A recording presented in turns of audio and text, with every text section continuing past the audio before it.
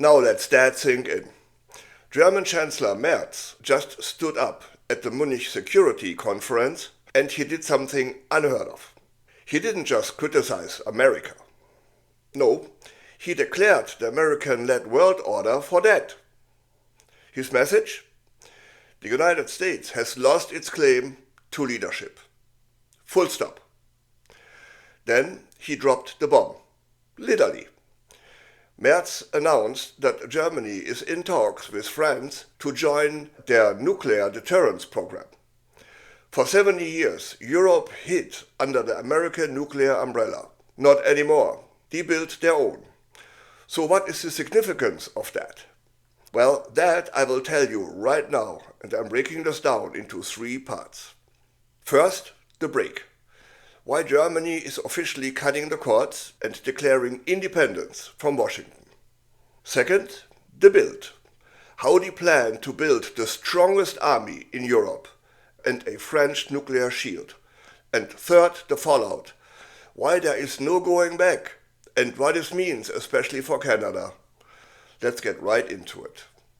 So, in Munich, you have the top security officials from 15 EU nations, NATO leadership and US Secretary of State Marco Rubio in one room. That is the stage Merz chose. And he didn't hold back. He looked across the Atlantic and he clearly rejected Vice President G.D. Vance's speech from the year before. Vance came to Munich and lectured Europe about free speech and immigration. Merz's response? He said, and I quote, "The battle culture of the MAGA movement is not ours."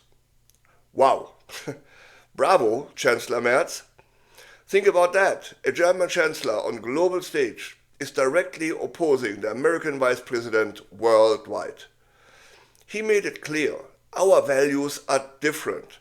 He said freedom of speech ends in Germany when it attacks human dignity.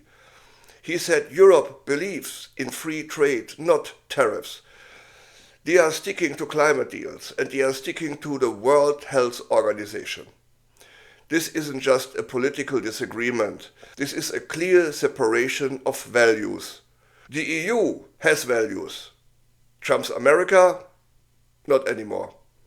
Merz even switched to English to hammer the point over to Washington.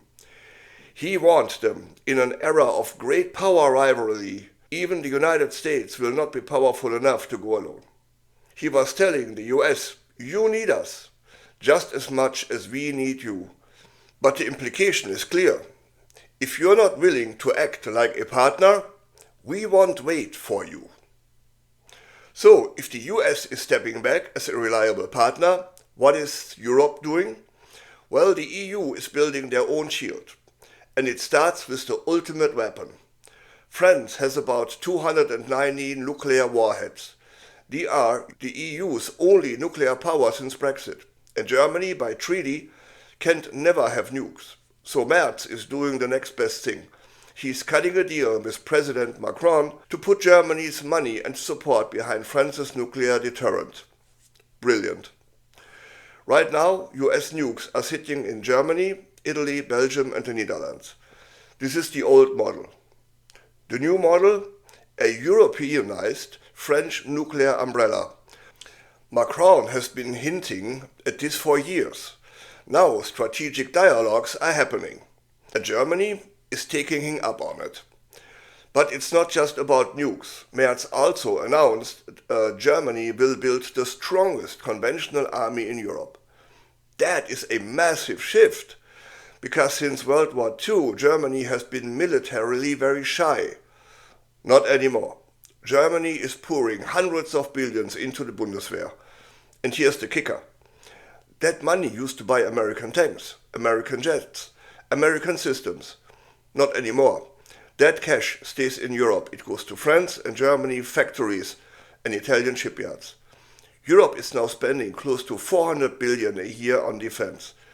They are building a European backbone for intelligence, space and drones. They are learning from the war in Ukraine, building cheap drones and high-tech gear quickly.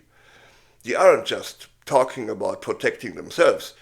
They are building the industrial machinery to do it. Now that's the part that keeps alliance planners up at night. Once you build that stuff, you can't unbuild it. Nuclear deterrence isn't like flipping on a light switch. It takes decades to build command centers, the early warning system, the decision-making protocols. Once Germany is wired into French nuclear command, plugging back into the American system becomes structurally impossible. NATO isn't dead, but it's changing. And the elephant in the room steers us right in the face. If Europe has its own nuclear weapons, its own very strong army under European command, what is the point of the American bases in Germany? What happens to Article 5, the all-for-one clause, if Europe can handle it themselves? Secretary General of NATO Mark Rutte even admitted it. He said Europe is taking more of a leadership role. In NATO speak, that is code for America is stepping back. Now let's look at the timing. This is happening as the US throws up tariff walls at the same time as Europe is building its own payment system outside of Visa and MasterCard. The European Union is de-risking. They are cutting their dependence on American cows. The EU is even talking about using qualified majority voting for defense. That means they can make military decisions faster without anyone agreeing.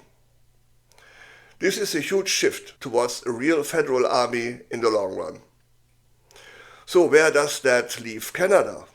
For 80 years, Canada's defense policy was simple. Stand next to the Americans and the Brits. But that world is ending. The NATO we grow up with is changing. The United States is telling Europe, you are on your own. And Europe is saying, okay. We just saw the UK, Germany and France start to formalize a new security pact without Washington. They are building a coalition of the willing, and Canada is a member, as made very clear in the conversations on Ukraine. The US fiasco has allowed Canada to take a serious look at the European Union, and they look like an ideal match for Canada right now. So Carney's actions to have closer ties with the EU in trade, security and defense seems almost natural. I have a few videos about our Canada-Europe situation. You can find the link in the description. So where the US falls short, Canada steps up. But Canada needs to ask, are we ready to operate in a world where the US isn't the center command? This is the moment, my friends. You can feel it. The post-1945 order that kept the peace for our grandparents and parents is gone. Merz was right. It doesn't exist anymore. So here's the question I keep coming back to, and I want you to really sit on it. Does it make you feel safe sharing the longest undefended border in the world with a country that now looks like the US? A country run by a conman who cares about no one but himself. A place where truth is optional, corruption is normalized, pedophilia is protected by Congress, and the political system is teetering on the edge of instability. That border used to be a symbol of trust. Now, it feels like a fence between you and a neighbor who lost its mind. We can't control what's happening in Washington. We can't control the cars of the White House. But we can control whether we're paying attention. We can control whether we stay informed. So here's my call to action. Tell me, and your co-viewers, how do you feel about the transformation the US is going through? Because we can't close our eyes about what's happening right next door. And please don't let the 24-hour right-wing news cycle fool you. Don't let them normalize US instability. This is our home. It is our border. And we are the ones who have to live with the consequences. Subscribe to the channel and hit the like button. Let's keep watching this together, because the world just changed and we need to be ready for what's coming next. Thanks for watching. I'm Wilfried Lemkuller. with Europe Curious. See you in the next one.